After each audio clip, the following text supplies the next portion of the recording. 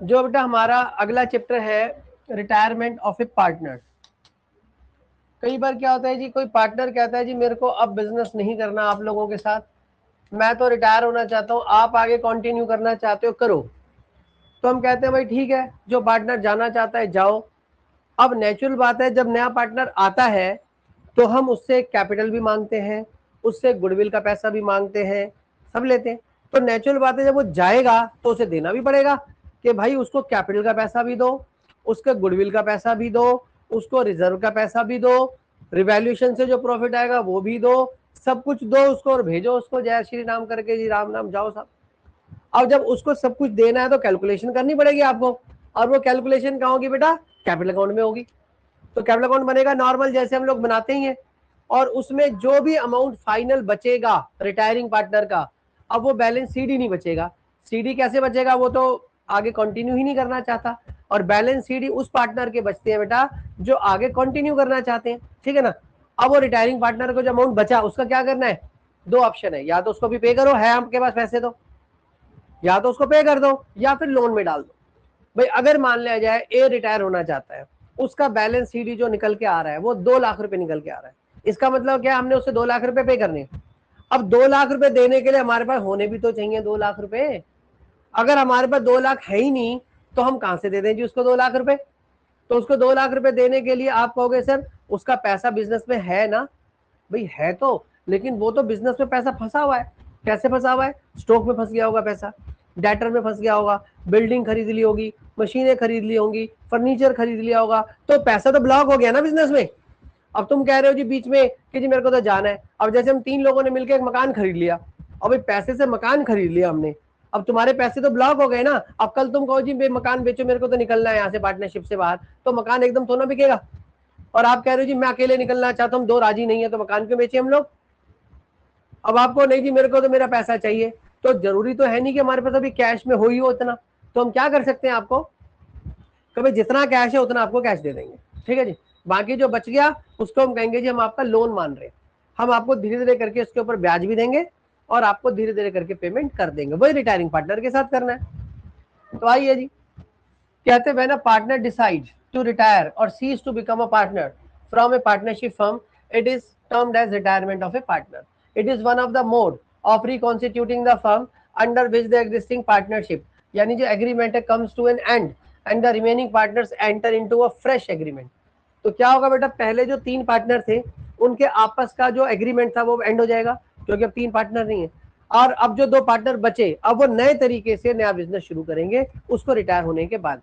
अब वो अपनी रेशो भी चेंज कर सकते हैं दोनों पार्टनर, क्योंकि एक तो पार्टनर गया, अब जो तीन में से जो 2 बचे, अब वो चाहे तो अपनी रेशो भी चेंज कर सकते हैं, कोई भी नई चीज वो चाहे आपस में एग्रीमेंट में, तो वो नया एग्रीमेंट बनाएंगे, पुराना एग्रीमेंट अब एंड हो जाएगा। इसको रिकॉन्स्टिट्यूशन ऑफ फर्म बोला जाता है, बाकी की कहानी अपने आप है। अब इस चैप्टर में हमने क्या क्या पढ़ना है बेटा ये समझ लो जरा। 7 टॉपिक है जो हमें इस चैप्टर में पढ़ने हैं। पहला तो वही है बेटा, रेशो निकालना है ना। अच्छा इस चैप्टर में ना, जैसे एडमिशन वाले चैप्टर में गुडविल वगैरह किस रेशो में जाती थी, सैक्रिफाइसिंग रेशो में, यहां पर गेनिंग रेशो में जाएगी। रीजन क्या है कि जी ए बी सी 3 पार्टनर है, 3:1 की रेशो है। बी कह रहा है जी मेरे को रिटायर होना है, तो बी का शेयर कितना है बेटा, 2/6। बी का शेयर कितना है, 2/6। अब ये कह रहे जी मैं तो फर्म छोड़ के जा रहा हूं, तो इसका जो शेयर है 2/6 वो कौन लेगा, अब ए और सी तो बांटेंगे आपस में, ठीक है कि नहीं है। अब इसका जो शेयर है बी का जो हिस्सा बनता है 2/6 वो ए और सी आपस में बांटेंगे, यानी उनको वो मिलेगा उसका हिस्सा। तो इसका मतलब ए और सी क्या करेंगे, गेन करेंगे। कौन सा हिस्सा गेन करेंगे बेटा, जो कि बी सेक्रीफाइस करके जा रहा है। बी क्योंकि फर्म छोड़ के जा रहा है वो सेक्रीफाइस कर रहा है, तो बी हमेशा क्या करेगा बेटा, जो पार्टनर जा रहा है वो क्या करेगा, सेक्रीफाइस। बाकी के जो पार्टनर हैं वो क्या करेंगे बेटा, गेन। अब वो किस रेशो में गेन करेंगे, या तो क्वेश्चन में लिखा हो, और अगर क्वेश्चन में नहीं लिखा तो ये जो इनके आपस की रेशो क्या है बेटा, 3 और 1, तो इसी रेशो में ये गेन करेंगे। क्या इतना समझ में आ रहा है। नेक्स्ट पॉइंट है बेटा valuation and adjustment of goodwill. आपको बेटा गुडविल की एंट्री करनी है, और गुडविल के अंदर वही वाली कहानी जो एडमिशन में थी। अब यहां पर क्या होगा बेटा, जो पार्टनर रिटायर हो रहा है उसका हिस्सा निकाला जाएगा गुडविल का, और उसका गुडविल का हिस्सा कौन पे करेगा, ए और सी। किस रेशियो में, गेनिंग रेशियो में। सेम लॉजिक जो एडमिशन में होता था, वहां पर नए जो एडमिट होता था पार्टनर, उसका हिस्सा निकाल के बाकी के पार्टनरों को सेक्रीफाइस रेशियो में बांटा जाता था। यहाँ उल्टा हो रहा है, यहाँ जो रिटायर हो रहा है उसका हिस्सा निकलेगा और बाकी के पार्टनरों में गेनिंग रेशियो में बढ़ जाएगा। तो सेम लॉजिक चल रहा है यहाँ पर। उसके बाद रिवैल्यूएशन अकाउंट वैसे ही बनेगा जैसे हम लोगों ने बनाया है, कोई नई बात नहीं है। रिजर्व्स का ट्रीटमेंट वही चलेगा, क्या डिस्ट्रीब्यूट करेंगे किस रेशियो में, ओल्ड रेशियो में। मना कर देगा तो उसको एडजस्टमेंट एंट्री पास कर देंगे, gaining partner debit to sacrificing partner. अब इसमें रिटायरिंग पार्टनर का इंटरेस्ट निकालना है कि कितना बनता है और उसको फाइनल पेमेंट कैसे करनी है। अगर लोन में डालना है तो उसका लोन अकाउंट बनाना सिखाया जाएगा। कैपिटल की एडजस्टमेंट आ सकती है जो हमारी एडमिशन में आई थी, और एक नई बैलेंस शीट बनानी है आफ्टर एडजस्टमेंट। तो ऐसे करके 7 पॉइंट है। तो सबसे पहला पॉइंट तो बेटा हर चैप्टर में होता है कि रेशो निकालने का काम, क्योंकि बिना रेशो के क्वेश्चन होगा नहीं। आपको बताया बेटा कभी भी गेन कैसे निकाला जाता है, gaining ratio, new share minus old share. क्योंकि ओल्ड माइनस न्यू करेंगे तो सेक्रीफाइस आता है, और अगर न्यू माइनस ओल्ड करेंगे तो वो गेन आता है। तो आपके हाथ में है, आप चाहो तो न्यू माइनस ओल्ड करके निकाल लो, चाहे तो ओल्ड माइनस न्यू करके निकाल लो। अब इसमें ध्यान रखना, इस सिचुएशन में अगर आंसर प्लस में आया तो वो गेन होगा, और अगर माइनस में आया तो वो सेक्रीफाइस होगा। कुछ समझ में आ रहा है? लेकिन अगर हम ओल्ड माइनस न्यू करते तो उसमें उल्टा होता। क्या होता उसमें, उसमें प्लस वाला सेक्रीफाइस होता और माइनस वाला गेन होता, अगर हम ओल्ड माइनस न्यू वाला फॉर्मूला यूज करते, यानी कि जो हमारा सेक्रीफाइस का फॉर्मूला है। तो वहां पर जो सेक्रीफाइस आता वो पॉजिटिव होता और नेगेटिव वाला गेन हो जाता था। अब कभी भी नया शेयर निकालना है तो बेटा कैसे करोगे, जो पुराना शेयर है उसमें आप ऐड कर दो गेन, जो भी पार्टनर गेन कर रहा है। अब नेचुरल बात है ए और सी ने गेन करना है, क्योंकि बी तो फर्म छोड़ के जा रहा है, तो ए और सी जो जो अमाउंट उन्होंने जितना जितना शेयर उनको गेन का आया वो ऐड हो जाएगा उनके पुराने वाले शेयर में। जैसे मैं कहूँ जी मेरा पुराना शेयर जो था वो 3/10 था, और जो मुझे ये बंदा छोड़ के गया है पार्टनर, उससे मुझे 1/10 मिल गया, और तो मेरा 4/10 हो गया नया शेयर। पहले जो शेयर था प्लस जो पार्टनर रिटायर हुआ उसका हिस्सा भी मेरे को ही तो खाना है, तो उसमें से जो मेरे हिस्से आया वो मेरे को प्लस कर दिया जाए, तो मेरी अब नया शेयर जो है वो पहले से ज्यादा हो जाएगा, क्योंकि पहले मैं कम ले रहा था, उसके जाने के बाद हिस्सा बचेगा, क्योंकि उसका हिस्सा भी अब ए और सी नहीं बांटना है, तो उनके शेयर बढ़ जाएंगे, तो उनके गेन ऐड कर देना। चलिए जी, अब जैसे ये क्वेश्चन है बेटा पहले वाला, अगर आप इसको देखेंगे, ये कहते हैं जी XYZ पार्टनर है, इनका जो रेशियो है 1/2 और 3/10 और 1/5 ये है। तो अगर मैं इसको बेस सेम करूं तो बेटा क्या होगा, 5/10 हो जाएगा, ये 3/10 है, ये 2/10 हो जाएगा। तो रेशियो रहेगी 5, 3 एंड 2, ये इनकी रेशियो रहेगी। Calculate new profit sharing ratio आपको निकालनी है, और गेनिंग रेशियो भी आपको निकालनी है।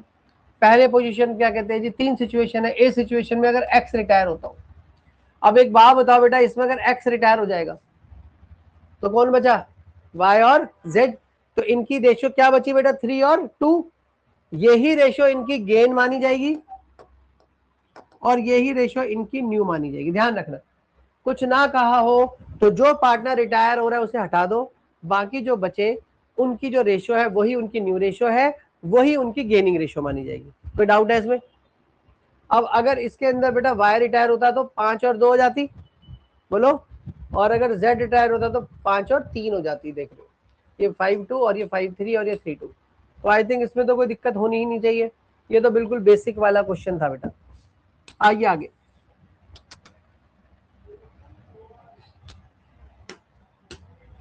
क्वेश्चन नंबर 2, सेम क्वेश्चन है। 1/5, 1/3, 7/15 इनकी रेशियो है। जेड रिटायर होता है and his share is taken up by X and Y in the ratio 3:2। यहां पर बेटा टेकन अप लिखा हुआ है, टेकन अप का मतलब ये लेंगे तो यानी कि गेन करेंगे। ये अगर जो पार्टनर छोड़ के जा रहा है अपना हिस्सा, बाकी के पार्टनर उसको इस रेशियो में टेकअप कर रहे हैं, इसका मतलब वो गेन कर रहे हैं। तो यानी कि यहाँ पर गेनिंग रेशियो क्या दे दिया बेटा, 3 और 2। तो गेनिंग रेशियो निकालने की अब जरूरत ही नहीं है। क्या होगा, आपको सीधा न्यू रेशियो निकालनी है। तो न्यू रेशियो निकालना बहुत आसान है इस क्वेश्चन में। वो कैसे निकलेगी जी, देखो जरा एक बारी। सेकंड क्वेश्चन है, इसमें आप मुझे बताएं जो रिटायर हो रहा है जेड, तो जेड शेयर कितना है ये बताओ पहले तो मुझे। जेड का कितना हिस्सा है बेटा, बोलो। 7/15, क्लियर। अब इस 7/15 को ही ये दोनों गेन करेंगे, तो x का गेन जो आएगा बेटा वो कितना आएगा, इस 7/15 का कितना शेयर है उसका, 3/5 ना। और y का गेन कितना आएगा, 7/15 का 2/5, ठीक है ना, क्योंकि ये इस रेशियो में गेन कर रहे हैं, 3 और 2 की रेशियो में। तो हो जाएगा बेटा 21/75, 14/75, ये इनके गेन आ गए। और जब इनका न्यू शेयर निकालना है तो कैसे निकालना है बेटा, जो ओल्ड शेयर है उसमें प्लस कर देना है गेन, ठीक है। अब मुझे बताओ जरा, एक्स का पुराना शेयर कितना था बेटा, 1/5 था, उसमें प्लस कर देना है इसका गेन 21/75, 75 एलसीएम ले लो, 36 हो जाएगा। वाई का पुराना शेयर कितना था बेटा, 1/3, उसमें ऐड कर दो इसका गेन 14/75, यहां भी 75 एलसीएम ले लो, 39, ठीक है बेटा। तो देयरफॉर जो इनकी न्यू पीएसआर आएगी 3639, यानी कि 12 और 13 ये आएगी। देख लो जरा, क्या आपको समझ में आ रहा है। हाँ जी, क्वेश्चन नंबर 5 देखिए, कह रहे हैं जी एक्स वाई जेड इनकी रेशियो दे रखी है 25, 15 और 9, ठीक है। वाई रिटायर हो रहा है, ये लो जी, वाई रिटायर हो गया।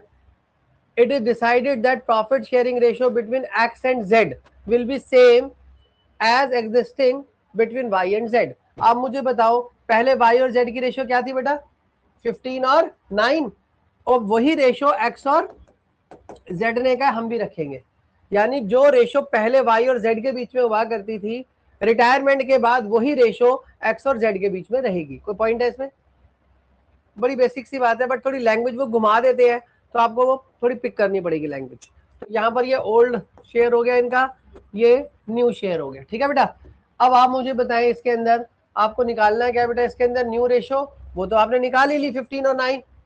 अब क्या निकालनी है इसमें, गेनिंग रेशो। गेनिंग रेशो कैसे निकालते हो बताओ जरा जी, गेन कैसे निकालते हो, new share new share minus minus old old share. Share.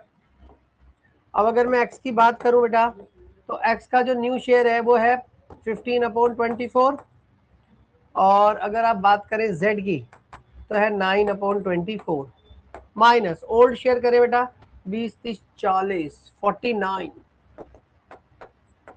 और इसकी बात करें अगर हम लोग तो बेटा 9/49 है ना। अब भाई इसका एलसीएम लेना तो थोड़ा सा खतरनाक सा नहीं हो जाएगा, है बेटा।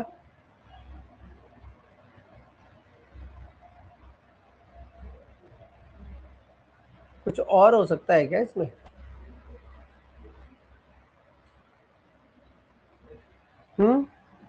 यही है।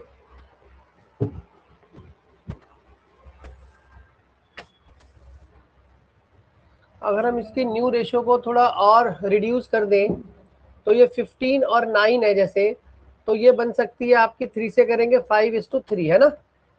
तो ये 5:3 बन सकती है, थोड़ा शॉर्टकट करें अगर इसको हम, तो ये 5/8, 3/8, और इसको तो हम कुछ नहीं कर सकते यार।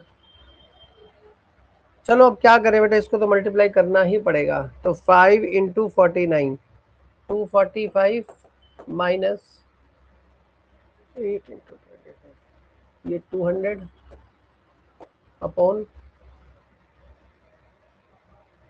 392, तो ये आ जाएगा बेटा 45/392। इसको करें अगर 147 माइनस 72/392, 75/392। तो रेशियो रहेगी बेटा 45/75। तो ये 15 से जाएगा 3:5। ये इसका आंसर रहेगा। फिफ्थ का आंसर क्या है जी? हाँ जी, गेनिंग रेशियो तो यही आ रही है जी। तो सर थोड़ा सा कैलकुलेशन तो है इसमें गड़बड़ सी, बट इतना मुश्किल पॉइंट ये नहीं है कि आपका ये जी समझ नहीं आएगा। हाँ बेटा, क्वेश्चन नंबर 6 है, देखिए XYZ पार्टनर है, रेशियो दे रखी है बेटा 3:2। वाई रिटायर होता है and surrender 1/7 of his share, अपने हिस्से का 1/7 कह रहा है इन फेवर ऑफ एक्स। कहता है जी मैं तो रिटायर हो रहा हूँ और जितना भी मेरा हिस्सा है उसका 1/7 तो मैं किसको देके जा रहा हूँ जी? एक्स को। And remaining in favour of Z, और बाकी मैं दे जाऊंगा जी जेड को।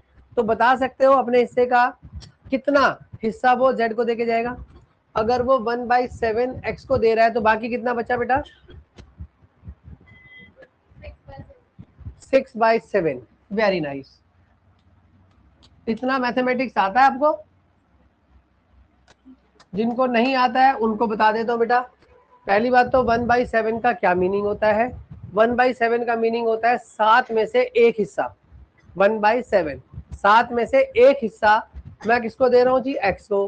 तो इसका मतलब 7 में से एक हिस्सा आपने अगर एक्स को दिया तो बाकी कितने बच गए? 7 में से 6 हिस्से। तो 6 हिस्से यानी कि आप इसको दे रहे हैं, यानी कि 6/7। ये होता है इसका मीनिंग। अब नेचुरल सी बात है सर, इसमें तो कुछ करने की बात ही नहीं है। इसको हम लोग कैसे सॉल्व करेंगे जी? आइए,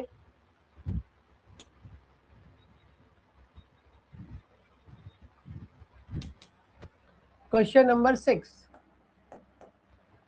कहते हैं XYZ, ये रेशियो दे रखी है 3:2। रिटायर हो रहा है वाई, तो Y share of profit, Y का शेयर है बेटा 2/7। अब इसमें से वो जो गेन करेगा कौन? एक्स।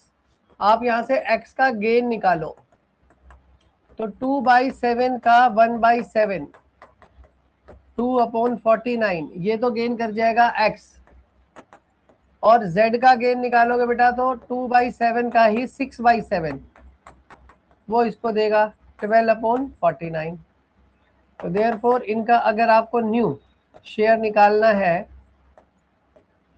तो x का निकालोगे। x का पुराना शेयर था बेटा 3/7 प्लस 2/49, 49 एलसीएम ले लो, 23 हो जाएगा।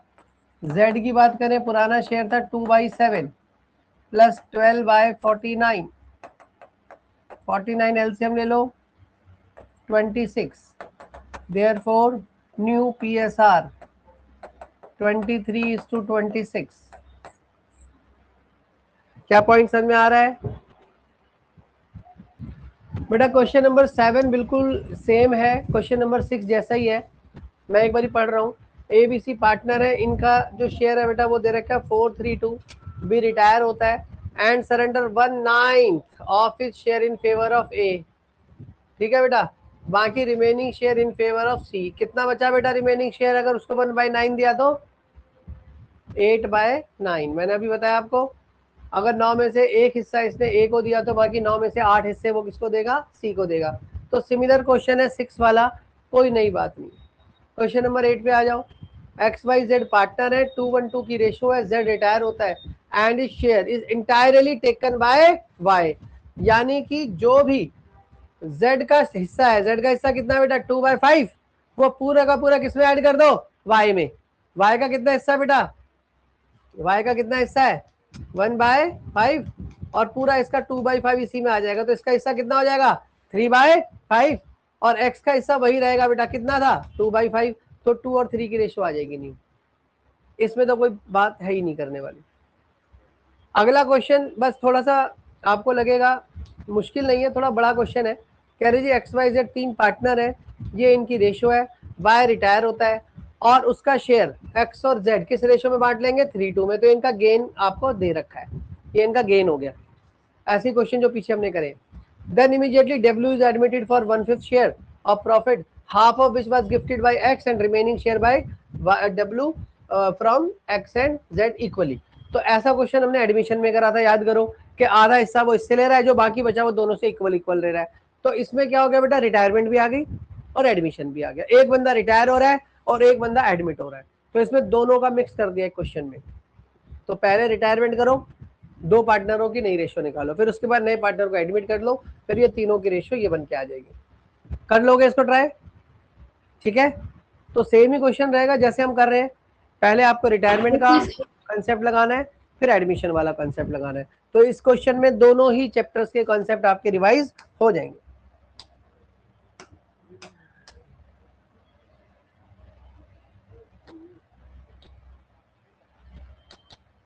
चलिए जी, इसके बाद बस ये आज ये टॉपिक खत्म ही हो गया सर हमारा, रेशियो निकालने वाले।